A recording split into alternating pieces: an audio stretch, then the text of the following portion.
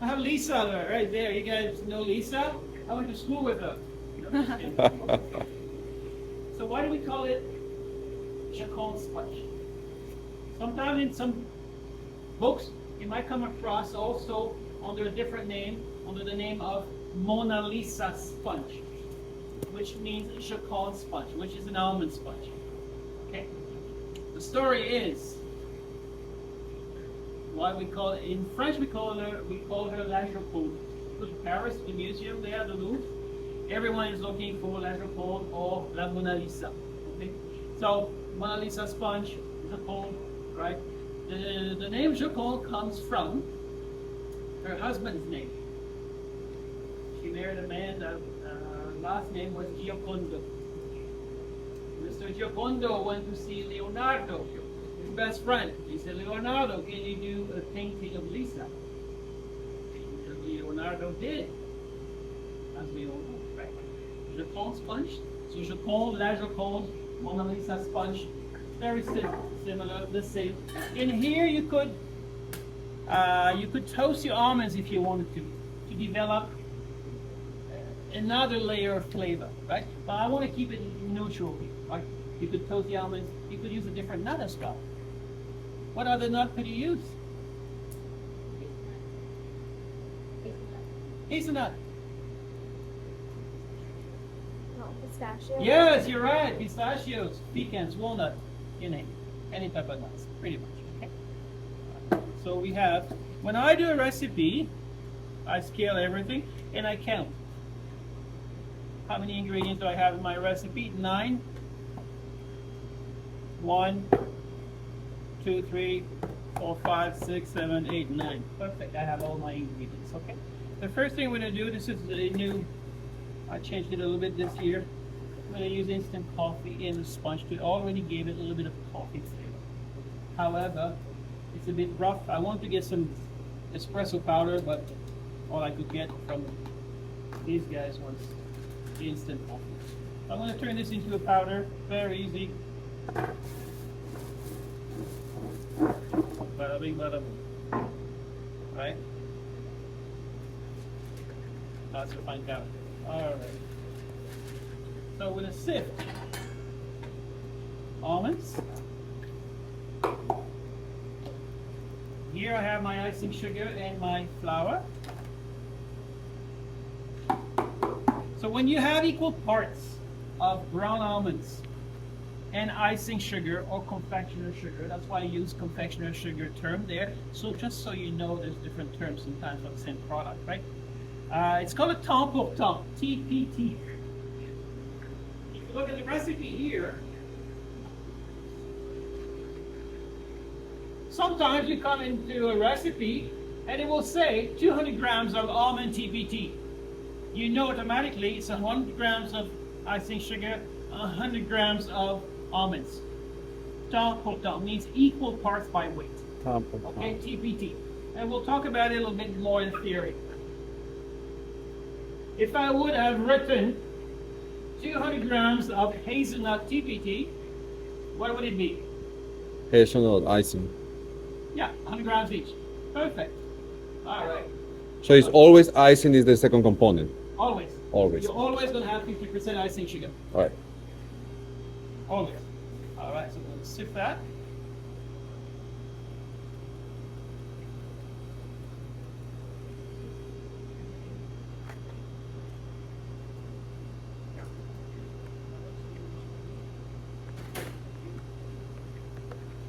Okay, try not to use your hands in those, right? Sometimes they have little wires or mesh sticking up and poke yourself. Don't wash it. Leave it there, someone else can use it. Alright, so I got my dry ingredients here.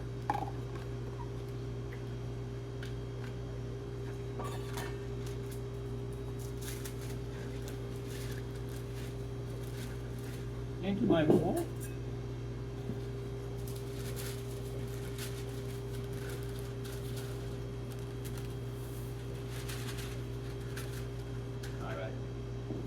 I have my liquid eggs, 180 grams.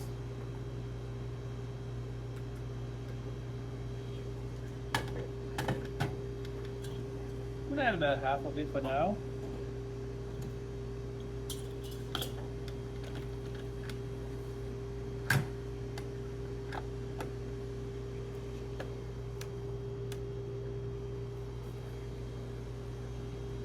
It worked this morning.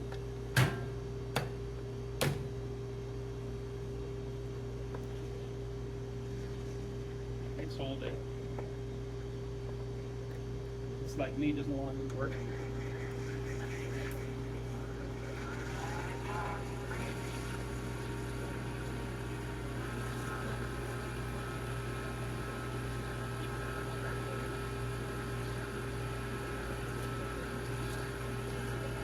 Alright, stop my mixer. Let's scrape the bottom.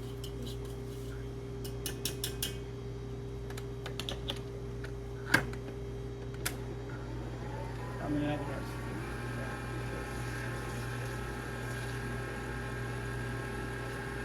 I've seen in the past some people using a RoboCook here. Okay, it works. Depending on what texture you're trying to achieve here. Alright. So, I'm not on full speed here, I'm about 8. Okay, there's no need to go full speed. I never go full speed when I make a meringue or when I make cream, okay? I go higher speed, but you don't need to go full speed. If you go full speed, you're trying to build up air bubbles, air cells, but you're knocking them down at the same time. So this is what happens sometimes. You're going to have different sized air cells in your sponge. It makes for a lot less stable sponge. So you don't need to go to maximum speed. Of course, if you have a second mixer, then you can start your meringue. We only have one, so we use one.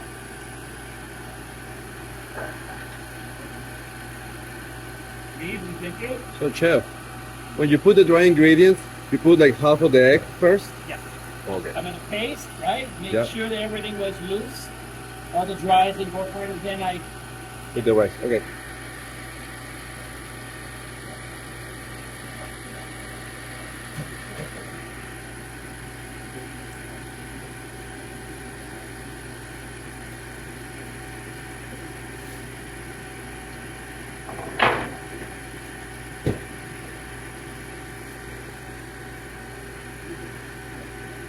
now this won't foam up like the Genoise does normally, right? Remember when you made Genoise, the Swiss roll, you ended up with a big foam, really light foam. This won't, because you have flour, then you have almond powder, so it won't foam as much. It will take a few minutes. We will start building a foam, but it won't be as light, okay? You're almost there.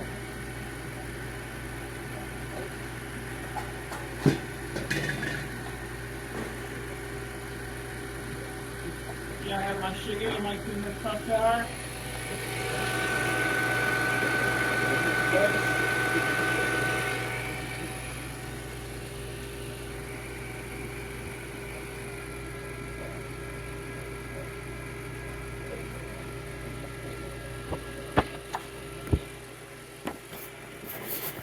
So why? Of course, in the industry, if you have two mixers, you start this one, then start the next one. So hopefully they're pretty much ready at the same time, right? But if you only have one mixer, why am I starting with this one and not that again? Because the egg whites can... No? It will, but not right away. What happens if you egg whites? You make a meringue, right? Yeah. You set it aside, then you make your base here. The egg whites are kind of all coagulating together. And once you start mixing them up, then they collapse. Okay, so you have to be careful. I always say egg whites are like your date. They don't like to date. Okay, you go on a date, don't make them wait. If your egg whites are ready, but this is not ready, turn your speed way down. Let them just move. As long as they move, they won't all coagulate together. If they stop moving within a few minutes, Let it relax. All right.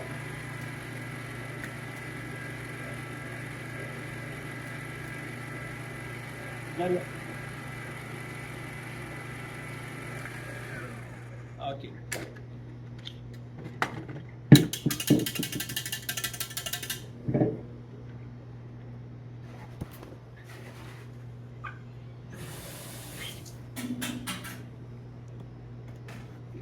So you see, okay. You see, it's not as foamy as when you make your Swiss roll.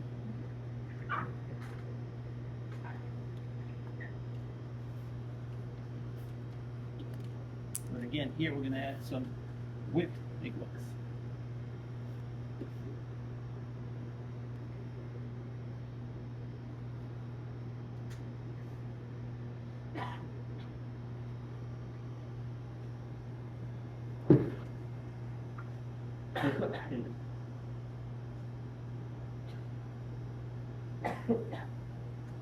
So, of course, in the industry, you won't work with such small quantities. So, I find sometimes small quantities a little bit trickier to work with than regular size quantities.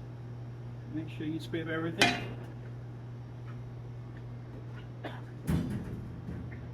Okay, let's start on egg whites.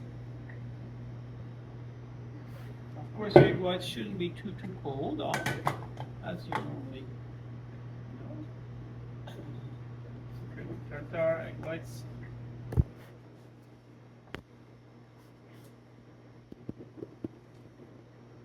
It's only 100 grams, it's not much. You couldn't really go any less. So why do I use cream of tartar in my egg whites here? Any idea? Or any acid for that matter? None. Hopefully, it's gonna cut the any oils that is on Okay, the. so sorry. It's gonna cut any oil that is on the whites. It's Yeah, gonna well, you balance don't it. want any Yeah. oily product in there. It will prevent them from foaming up. The idea of the cream of tartar or an acid, lemon vinegar, is to kind of help bind those proteins together. Because egg whites are lots of moisture, a little bit of protein. That's why when you mix them out and you let them go, you will see speckles. It's your protein that are starting to separate, right? The acid kind of holds everything together a little bit longer.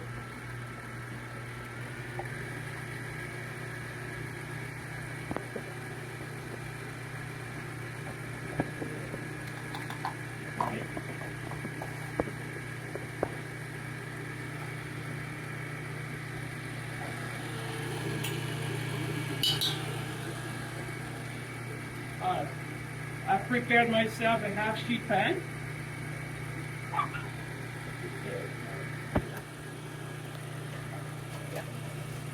Parchment paper, and I oiled my tray a little bit. Not the paper, but the tray, so the paper does not move when I strike.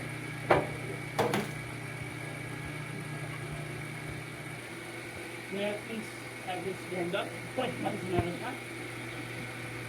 That's my melted butter. You could use oil as well, right? You could use a really, really fragrant olive oil if you wanted to, depending on what you're using your spelling, right?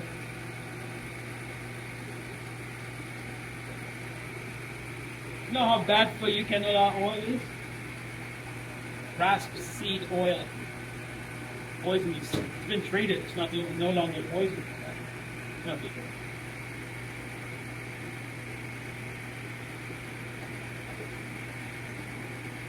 Please, think. The best oil is olive oil, right? For you, olive oil. No doubt about it.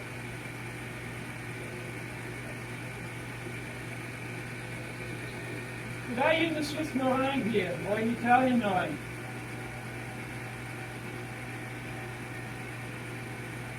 You're right. Why? Because it needs to be baked fresh. This one needs to be baked in the other one. I'm old and I'm dead. Sorry. Because the French meringue needs to be baked with it, and the others. Yeah, they're already pasteurized. And, yeah, exactly. So whenever you're baking your cake or something, you don't want to have a Swiss meringue or Italian meringue. Swiss meringue, Italian meringue are good for mousse very stable. But here, you have, we call it French meringue, but you have to have your egg whites completely non-cooked, basically. But they will cook in the batter. Okay, thinking. Oh, there you go. Oh, it's ready. You forget to monitor your product, right? One day you end up with a bakery or a kitchen that does not have these fancy ovens. Now you need to know if it's baked or not. The program's not telling me it's baking.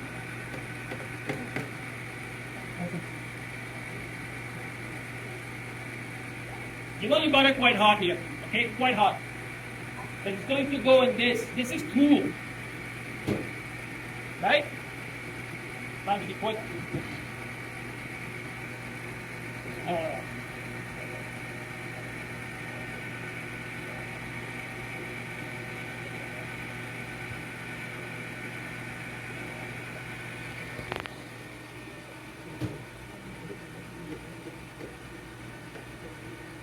So, as soon as you place your Joconde in the oven, start on the syrup. Water, sugar, brown sugar or golden sugar, that is, coffee extract. Then we'll move on to the buttercream. Then we assemble.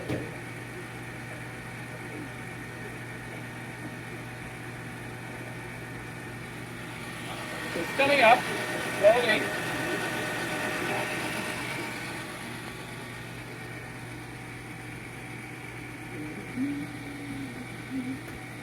Time. Thank you very much.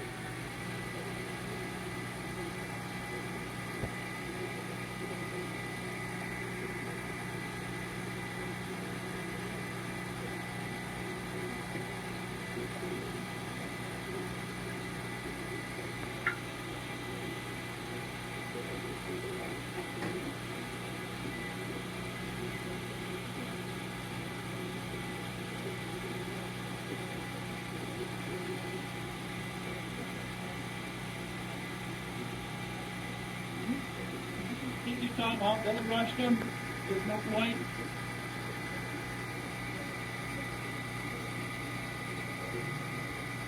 Market? It's French, not because it's French. Just happens to be, okay? So basically, this is extremely strong coffee. Water, sugar. The water and sugar, you want to make it yourself. Make some espresso. Good, strong espresso. Cook water, sugar to a nice dark caramel stage. You glaze with a strong espresso. You made yourself a coffee extract. Okay? In the industry, this is what I use. I use a little bit of that, but this is expensive. This is a bit cheaper. This is coffee. I remember years ago, I was in Costco. Buy the cheapest one to have on stage, you know. And I would make my coffee extract with this. Okay? Lovely. You guys can also find mocha paste, all these other ones, but this is probably your best one here, okay? That's what we're going to use.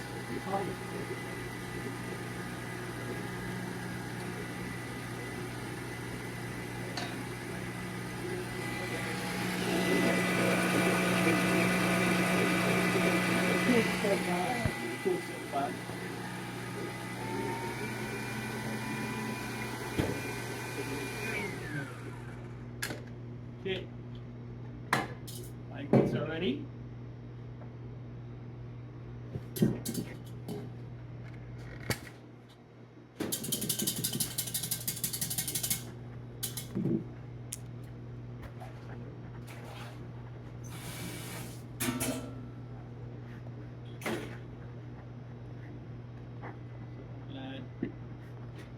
Let's do my almond mixture. And you fold. See? Same motion. Down, scrape the bottom, scrape the edge, and let it fall. Down, let it fall. And I lift my bowl at the same time and rotate my bowl. No, just relax. Listen to some Kenny G. Yeah. See?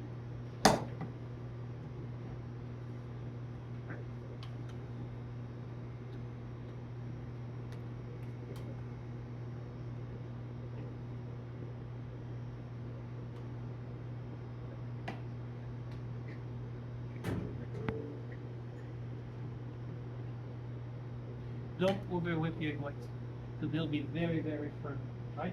And they'll be hard to incorporate. If you overmix your egg whites and they're a little bit too firm, that's okay. Use a little bit of the almond mixture to soften the egg whites, and then back. Okay.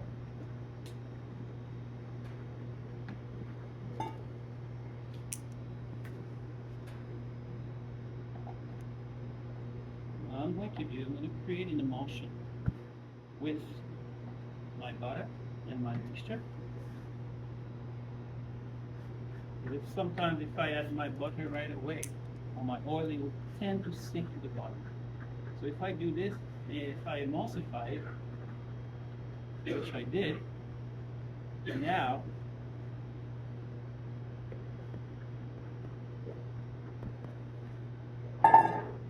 then I finish it over.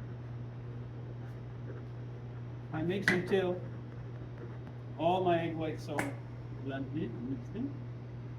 Then I stop right away. There's no point overworking it, especially that you have quite a bit of fat in there. It will start collapsing. There you go. This one is ready. Okay, nice and light. Into your tray.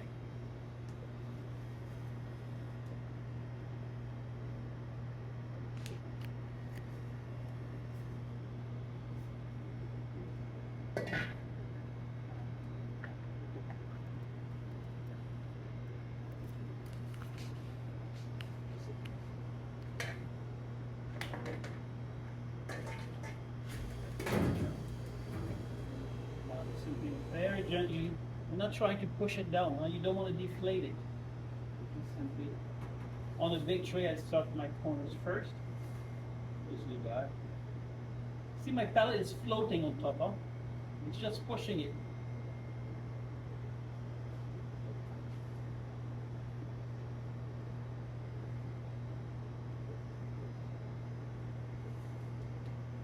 You see how I'm rotating my tray?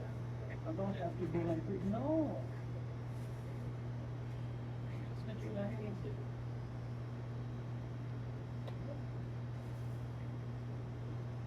Gentle hands. At one point you need to stop. The more you play with it, the more it deflates. If it deflates too much, it's going to be very difficult to see. It's just okay. Have to let you go. Okay? Happy. I'm going to run a few my edges.